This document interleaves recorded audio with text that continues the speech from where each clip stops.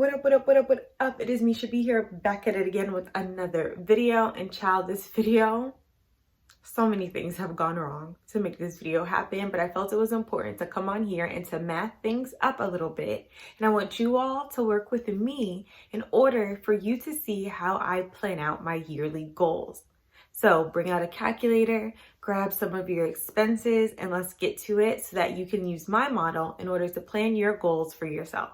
Oh, and in the meantime, don't forget to like and subscribe.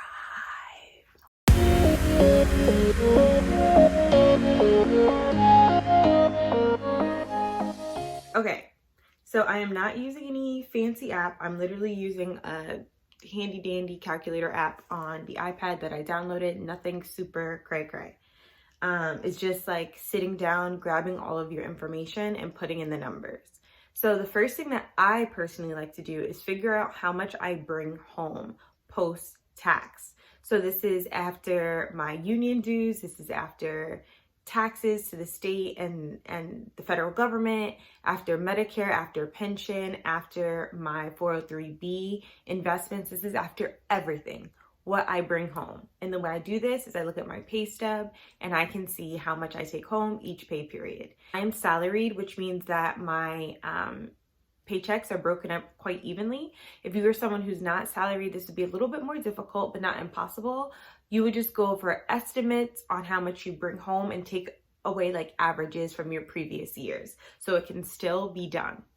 So for me, right now, after all of my deductions, I take home $1,725.25 every pay period, which for me is twice a month. So I'm going to multiply that number by 2 to give me how much I bring home a month, which is $3,450.50. I'm going to times that number by 12 because there's 12 months in a year, and that brings me to $41,406.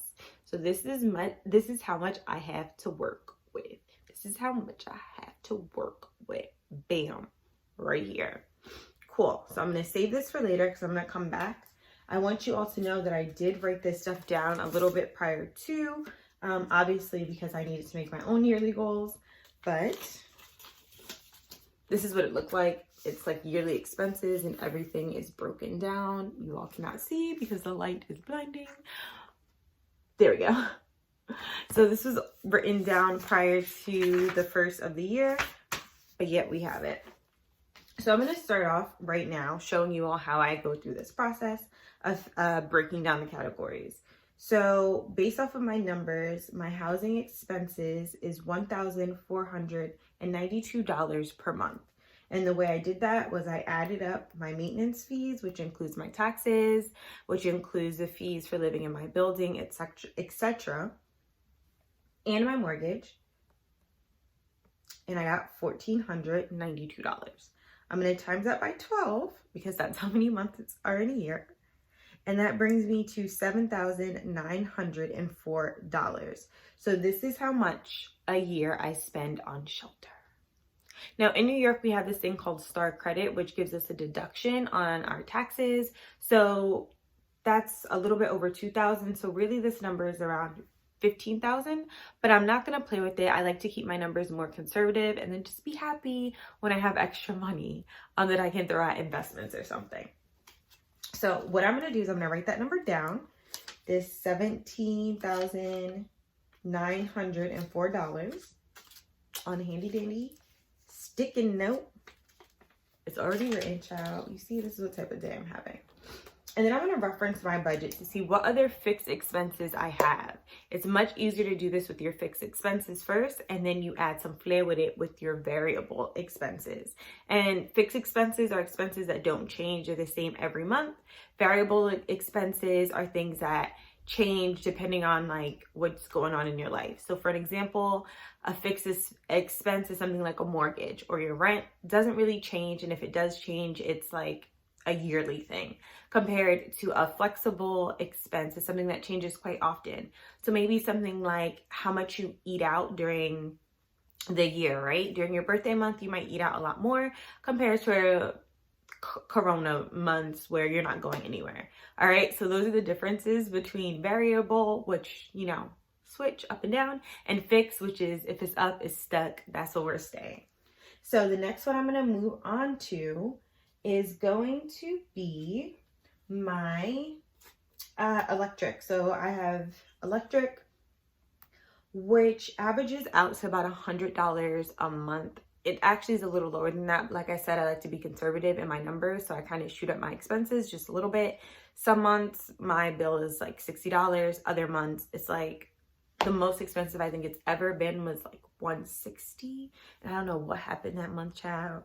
I had people staying with me. It was a lot. But anyway, so I'm gonna just average that out to $100 a month, times that by 12, and there you go, 1,200.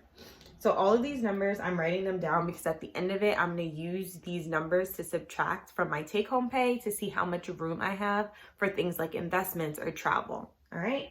So let's just go through this process.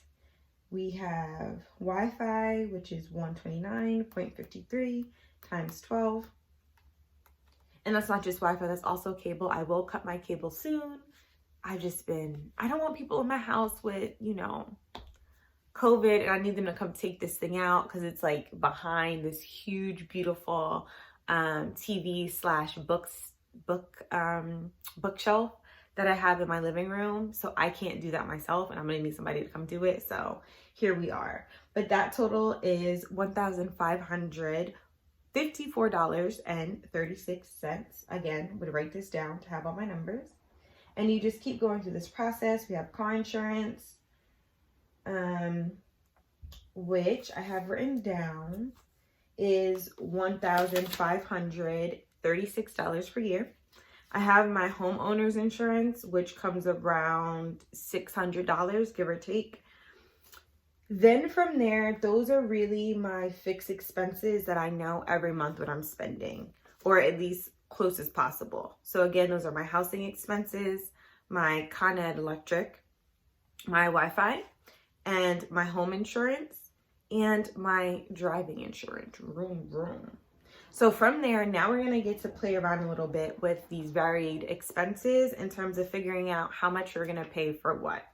So first thing I'm gonna do is food. And I'm gonna say I'm gonna overestimate and say $300 a month on food, and I'm gonna include grocery shopping and going out. So going out for the 2021 year, I wanna try to keep it at around $100. Originally I had $200, but then I came down from that and just said $100 eating out. And if worse comes to worse, I don't spend $200 a month on grocery shopping, so I have some flexibility in terms of moving things around. So we're gonna say $300 a month. So we would do 300 times 12, and that gives me $3,600. Bam, cool. Also, something that's super important is the hair. We love to see it. And on that, oh my God, I'm like nervous to say, but I spend about $3,000 on my hair a year. Yeah, we're gonna just move past that. But you know what? This is how I figure, right? Yes, it's expensive, but when I had loose natural hair and would get wigs and weaves, it was the same, if not more. So I'm saving money, y'all. Don't judge me, judge your mama. For charity, right now I donate $50 a month to my alma mater. I want to up that a little bit so that I can get to $1,000 a year. So I added that here. So these are kind of the things that I need to live. Repairs for my car, I put $75 a month times 12 gives me $900. And gas and Easy Pass. So Easy Pass is $50 and gas is $100. I'm gonna add that together for $150. $150 times 12, and that's $1,800. And then lastly, I have home goods, which right now in my budget, I have it at $50. So that includes things like paper towels, Clorox, Lysol, like those types of things, $50 a month. Because of COVID, you know, been spending maybe a little bit more. So we'll put 75 times 12, and that equals $900. And that's what I had before for home goods. All right, so everything that I feel like is a super duper necessity has been covered. Yes. So there are certain other things that I want to do. Like I obviously need to have some type of music subscription. I want to budget in travel and I want to budget in going out. But I want to make sure that all of the things that I need to survive and exist and feel nice are covered. So we're going to go back to that original number, the $41,406. That was that number. And we're just going to start subtracting straight down our list.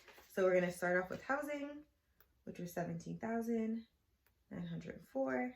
Subtract that. And this part, I'm going to like speed through it so you guys can just see. 100, which was Con Ed, Wi-Fi,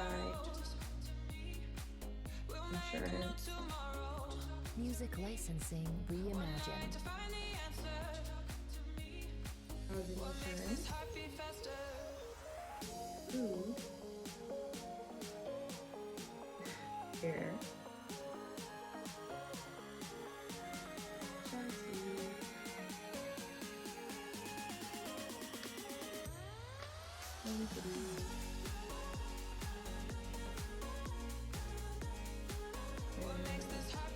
Artlist.io.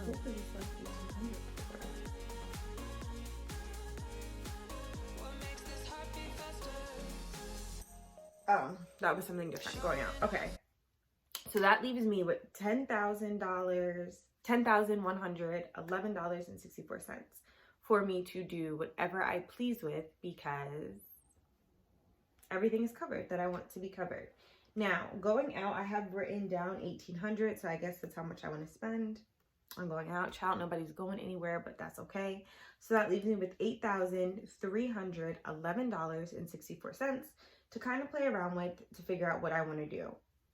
So, something that I forgot to add was like cosmetics, so like feminine products and toothbrushes and toothpastes. So I'm going to add that in. That's another thing that's around $50 a month if I cost average it out. So I'm going to subtract that by 600. I'm going to do 700 just to be safe. So that leaves me with $7,611.64. Now, I fully max out, which means I invest $19,500 into my 403B every single year, period. This is only my salary. Now, y'all know I'm out here with these side hustles, so I do make money on the side. That side hustle money is something completely different. I'm only basing this off of my salary, which is something that's more so guaranteed and secure compared to my side hustle money. So this is what is left over after everything that I need is covered. Like everything that I need is covered. Now I don't have travel in there, so I will add that. I don't really know when we'll be able to travel again. And I do have a lot of points. So honestly, my first travel experience will probably be free, but I do want to travel internationally at least once a year. And that will cost a pretty penny, as well as explore some other states. So I'm just going to say right now, I'm going to budget in $3,000 to travel for the year. And that leaves me with $4,611.64 to do whatever I want. So let's factor in things like Netflix and Tidal. And this leaves me with $4,347.64. And now we can add in things like clothing and stuff. So let's subtract like $2,000 on clothes. That leaves me with $2,347.64. And oh, what about like eyelashes, like my individual lashes? It's around $1,200 I have written down. That still leaves me with $1,147.64. Let's do books. I give myself apparently $20 a month for a book. So that would leave me, I have written down at $240. Leaves me with $907.64. And this I'll just leave kind of as a buffer, so I don't have any goals around this. So like I said before, this is just my base salary. With my side hustle money, I have different goals, and I kind of do that differently. But my side hustle money is what I would use to fully fund my Roth IRA, to beef up my savings account anymore, which at this point I don't have to because I do have my 6-month emergency fund. But y'all know I'm real risk averse, so I probably will keep adding to that as the time goes on. But that's basically my process of how I figure out like how much money I really have to work with and what I can and cannot do, what I can and cannot afford. So this is going to be my plan going into 2021. But yeah, that's it.